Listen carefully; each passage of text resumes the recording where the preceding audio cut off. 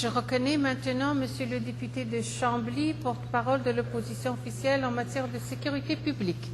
Monsieur le député. Je vous remercie, Madame la Présidente. Il me fait plaisir à mon tour de prendre la parole à ce stade à ce stade du processus législatif en rapport avec le projet de loi numéro 15. Effectivement, comme l'a mentionné la députée de Joliette, Madame la Présidente, la Commission des institutions s'est penchée pendant de très nombreuses heures sur le projet de loi 15 au cours des dernières semaines. D'abord pour entendre trois groupes, le Barreau du Québec, le Syndicat des constables spéciaux du gouvernement du Québec et la Commission des droits de la personne et de la jeunesse. Par la suite, nous avons, après avoir entendu ces groupes, nous avons amorcé l'étude article par article de ce projet de loi. Et effectivement, comme le disait la députée de Joliette, nous avons, de ce côté-ci de la Chambre, proposé un certain nombre d'amendements qui, dans un certain nombre de cas, ont été acceptés par la ministre et qui ont permis, je le crois, de bonifier le projet de loi 15. On me permettra d'ailleurs de saluer, Madame la Présidente, le travail de la députée de Joliette, porte-parole de l'opposition officielle en matière de justice, qui a proposé plusieurs de ces amendements et avec son professionnalisme habituel, et de souligner également la collaboration de la ministre de la Justice lors de l'étude de ce projet de loi, ministre qui a accepté plusieurs des amendements que nous avons proposés au projet de loi 15. Ceci étant, Madame la Présidente, je ne peux que, durant les quelques minutes qui me sont allouées, que renchérir sur ce que vient de dire la députée de Joliette. Vous dire que, oui, nous avons bonifié ce projet de loi 15 qui porte sur la sécurité dans les palais de justice, mais vous dire à quel point nous sommes néanmoins déçus. Et je vous explique pourquoi, Madame la Présidente. Je vous avoue que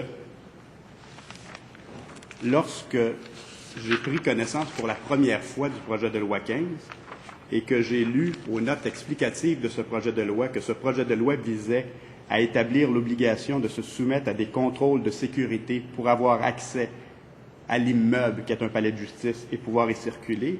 Et quand j'ai lu également dans les mêmes notes explicatives que le projet de loi énumérait les contrôles qui peuvent être exercés pour assurer la sécurité de ces lieux et encadrer leur exercice, j'étais très heureux.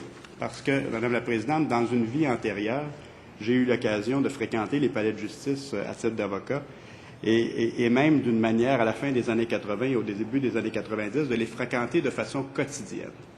Et notamment de fréquenter le palais de justice de Montréal, qui est un des plus grands palais de justice en Amérique du Nord.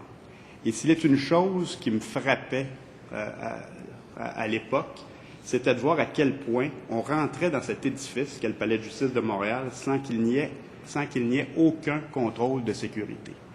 Et il m'est arrivé fréquemment de me passer la réflexion, ça n'a pas de bon sens si on n'instaure pas des mesures de sécurité au palais de justice de Montréal, il va finalement, un jour, il va arriver un drame.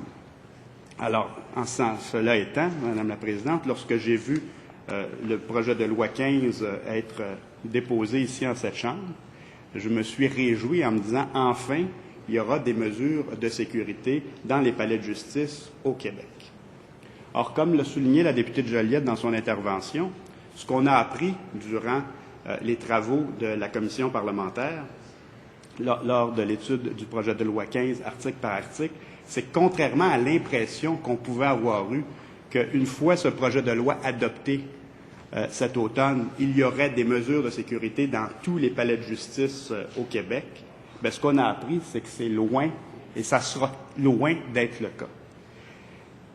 Je vous explique rapidement, Madame la Présidente. Présentement, au Québec, il y a essentiellement deux palais de justice qui sont visés, qui ont déjà des mesures de sécurité. La Cour d'appel du Québec et le Centre judiciaire Gouin sur le boulevard Gouin à Montréal. Alors, il y a déjà des mesures de sécurité à ces deux endroits-là, des mesures de sécurité, en fait, des arches de détection un peu semblables à ce qu'on retrouve dans les aéroports. D'ailleurs, c'est à se demander, comme le disait la députée de Joliette, si, puisqu'on a pu les installer dans ces endroits, est-ce que le projet de loi 15 était vraiment nécessaire pour en installer à d'autres endroits? Mais cela dit, donc, il y a présentement déjà des arches de sécurité à 2 endroits, Cour d'appel du Québec et Centre judiciaire Gouin à Montréal. Or, ce qu'on a appris durant les travaux, c'est que ce qui était prévu à court terme, Madame la Présidente, c'était pas d'installer des arches de sécurité dans tous les palais de justice. C'était pas d'installer des arches de sécurité au palais de justice de Joliette, à celui de Saint-Jérôme, à celui de Longueuil, bien sûr à celui de Québec. Mais à court terme, le seul changement qu'il y aurait à court terme, ce serait d'installer des arches de détection dans 2 demi-étages du palais de justice de Montréal, au 3e étage et au 6e étage. C'est donc dire que le système actuel, pour ce qui est du palais de justice de Montréal, continuerait, les gens continueraient à rentrer dans l'édifice sans aucun problème. Ils ne seraient fouillés que s'ils se rendent dans une partie du 3e étage, dans une partie du 6e étage.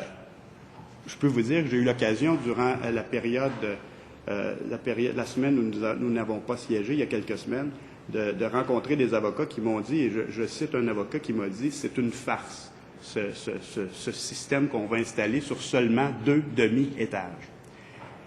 Mais pire encore, Madame la Présidente, une fois ce projet de loi adopté cet automne, donc le seul changement à la situation actuelle sera d'installer ces arches de détention sur 2 demi-étages au 3e et au 6e étage du palais de justice de Montréal. Tout le reste ne bougera pas.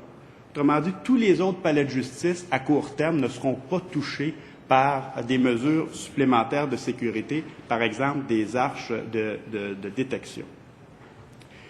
Un expert du ministère de la Sécurité publique nous a dit lors de nos travaux, l'étape suivante, ce sera la Chambre de la jeunesse de la Cour du Québec à Montréal sur la rue Bellechasse. Et il nous a dit, c'est M. Michel Trottier qui parle, on parle de l'hiver 2011 pour la livraison des installations.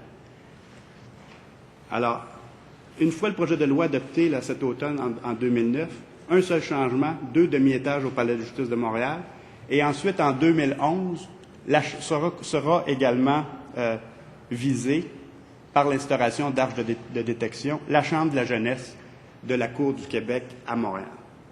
Tout le reste, Madame la Présidente, tout le reste n'est pas présentement prévu. Enfin, on le voit, on nous dit, oui, ça fait partie, on a des discussions, on en discute, mais ce n'est même pas dans le plan quinquennal des infrastructures pour la période 2009-2014. C'est donc dire qu'on nous dit, oui, peut-être dans 5 ans, dans 6 ans, dans 7 ans, on installera des arches de détection au palais de justice de Longueuil, à celui de Saint-Jérôme, à celui de Québec, mais ce n'est pas prévu pour l'instant. Alors, vous comprenez, Madame la Présidente, notre déception, comme le disait la députée de Joliette, de voir que, alors qu'au départ, en voyant ce projet de loi, on se disait, mais c'est merveilleux, il y a une volonté gouvernementale d'aller de l'avant et d'avoir de vraies mesures de sécurité dans tous les palais de justice au Québec, on a constaté durant nos travaux que non, à court et moyen terme, il n'y aurait à peu près aucun changement, si ce n'est 2 demi-étages au Palais de justice de Montréal et la Chambre de la jeunesse de la Cour du Québec en 2011. Et alors, effectivement, ça nous a beaucoup déçus. Et j'espère que le gouvernement, qui, je le présume, est préoccupé par la sécurité dans nos palais de justice, va voir à remédier à cette situation, de façon à faire en sorte que, oui, on adopte un projet de loi, mais il faut, Madame la Présidente, que les moyens financiers suivent. C'est bien beau d'avoir un projet de loi qui prévoit des arches de détection, qui prévoit des mesures de contrôle à l'entrée des palais de justice, mais si ça ne suit pas, si l'argent ne suit pas pour faire en sorte qu'on installe des appareils pour fouiller les gens, qu'on ait des mesures de sécurité qui soient clairement établies à l'entrée des palais de justice, bien, ça donne quoi, finalement, d'adopter un projet de loi? Alors, je vois, Madame la Présidente, que mon temps s'achève. Je réitère que nous avons apprécié la collaboration de la ministre lors de l'étude de ce projet de loi, mais je pense que pour la suite des choses, et j'aurai l'occasion d'y revenir lors de l'adoption du projet de loi au cours des prochains jours, mais je pense que pour la suite des choses, il y a une chose qui est très, très importante, c'est qu'il va falloir que le gouvernement accélère les ressources financières mises à la disposition des palais de justice pour que ce projet de loi, finalement, ait une certaine puisqu'elles servent à quelque chose, parce que dans l'état actuel des choses, malheureusement, c'est particulièrement décevant. Alors, je vous remercie, Madame la Présidente. Je vous remercie, Monsieur le député de Chambly.